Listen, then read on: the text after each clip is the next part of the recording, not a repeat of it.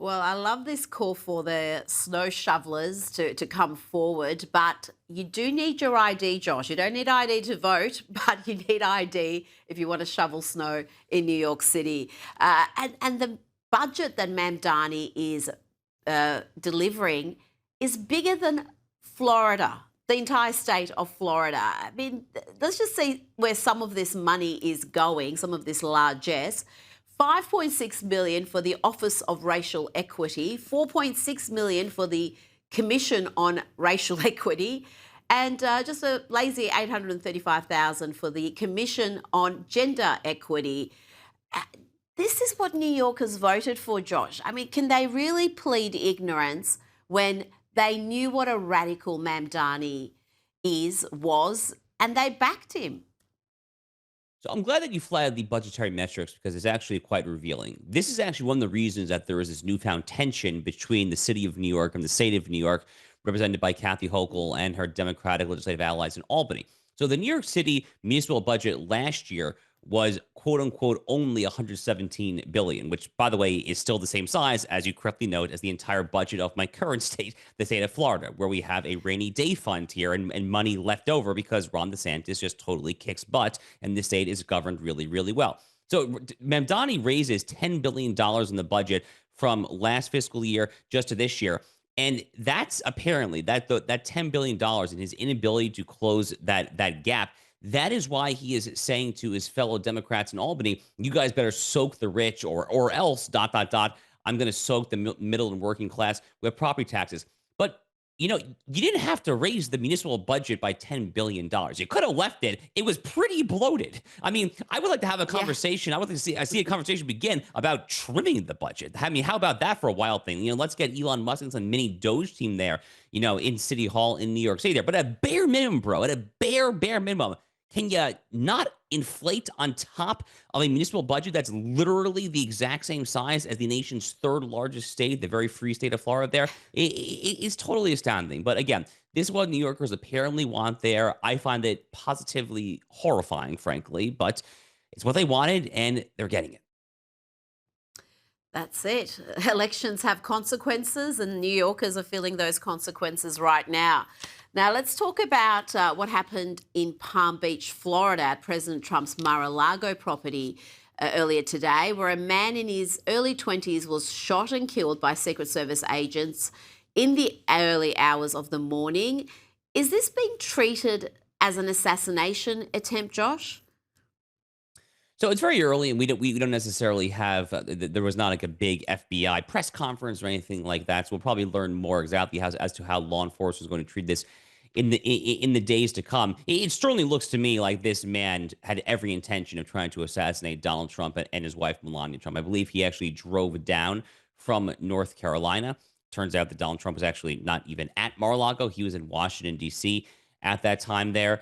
The details of the story are such that he had a shotgun and a barrel of Mhm. gasoline. One can only speculate as to why he would have a personal tank of gasoline with him there, trying to get onto the premises of Mar-a-Lago. And apparently, when law enforcement saw his weapon and said drop it, and he kept on raising it, that's when he was fatally shot.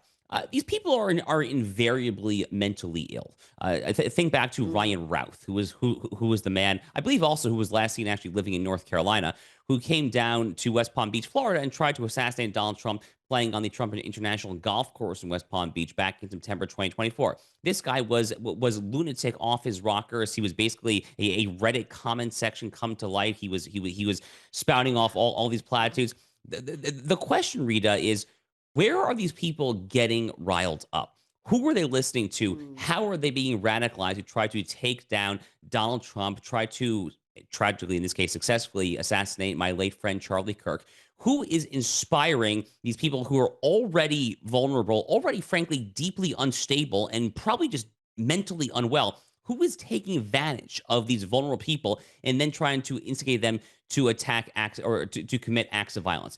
And frankly, that is a very grave question and has a very, very straightforward answer, which is it is elected Democrats, whether it's Tim Walz Hmm. and Jacob Fry in the state of Minnesota, trying to kind of borrow the Hamas playbook from the Middle East, trying to get these people to sacrifice themselves in an act of martyrdom for the sake of winning the public relations war. That's what we saw happen with Renee Good and with Alex Preddy there in Minnesota there. Here, we don't know exactly who it is, but I can certainly speculate. I think back to the shooter in 2017 who shot up half the Republican congressional baseball team. That guy, James Hodgkinson was his name, was a dyed-in-the-wool MSNBC viewer. Sometimes, Rita, it's really actually as simple as that. They are trying to get these people to commit terrible, terrible things. Well, when you have this endless narrative of we're living under a fascist regime and everyone's rights are in jeopardy and Trump is the new age Hitler, then it's not surprising that mentally ill people may take it upon themselves to do something about that. And I've got to say, talk about mentally ill people online, the comments I've seen on pieces about this just again, appalling, but sadly not all that surprising. People saying at least he had a go, he had the right idea. I hope the next one can follow through.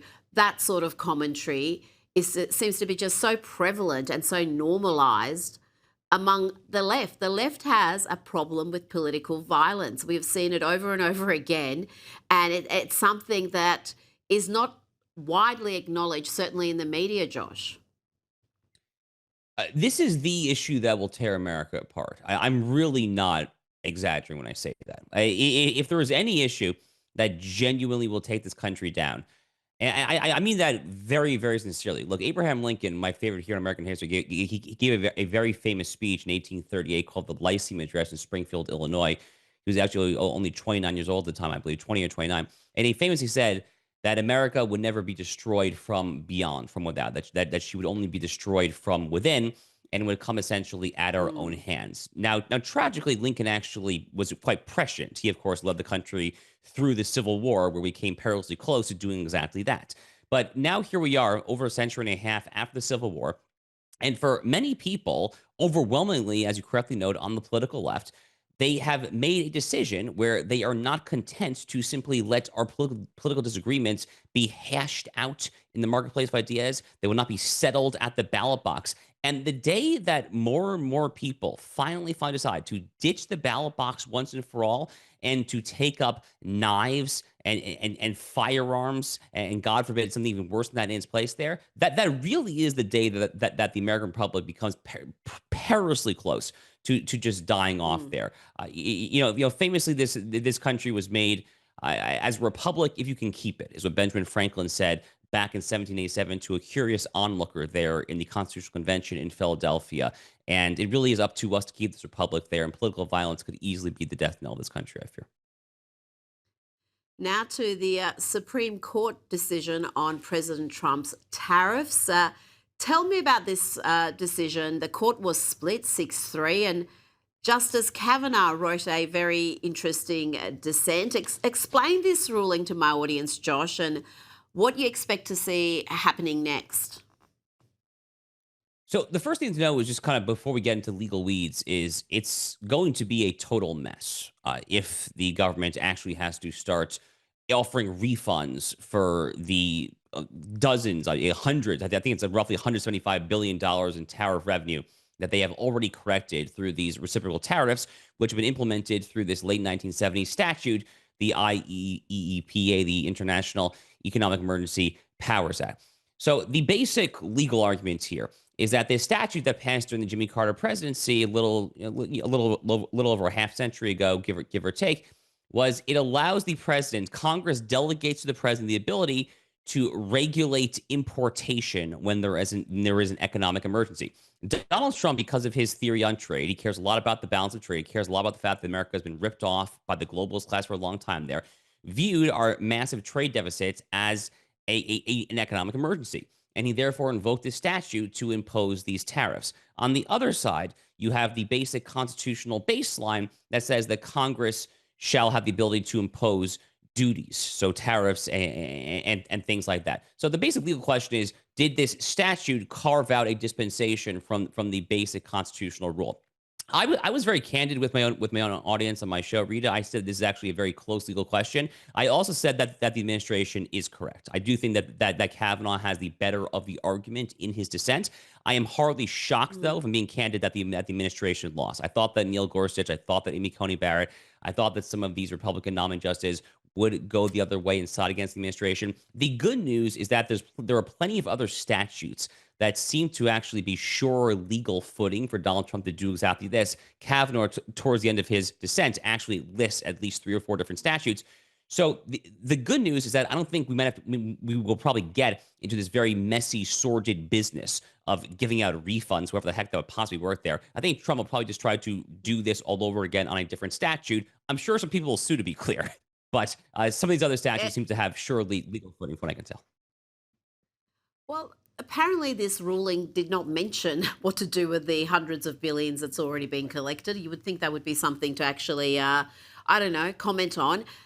Before you go, is Amy Coney Barrett Donald Trump's biggest mistake of his first term, or amongst his biggest mistakes? Because she has had, she's been on, she's been a frustration for the administration, let's just say. Yeah, it's an interesting question. Look, I will say this. I will say that the two most conservative justices on the U.S. Supreme Court by far are Clarence Thomas and Sam Alito. Clarence Thomas has been on the court for 35 years, Alito for 20 years there. All three of Trump's picks are correct more often than they are incorrect. None of them is a Clarence Thomas or Sam Alito stalwart. For what it's worth, reading my own personal 2 cents, I think Donald Trump's worst mistake from his first term was the First Step Act. This pro criminal justice reform jailbreak legislation there was kind of ushered in by Kim Kardashian and Kanye West. Unfortunately, it was kind of a bit of a precursor to the George Floyd Black Lives Matter summer. Trump, for what it's worth, has done something of a mea culpa on that there. I don't think that we'll ever see that again there. God willing, we'll continue to do a little better when it comes to judicial nominations, including the U.S. Supreme Court. Josh Hammer, thank you so much for your time tonight.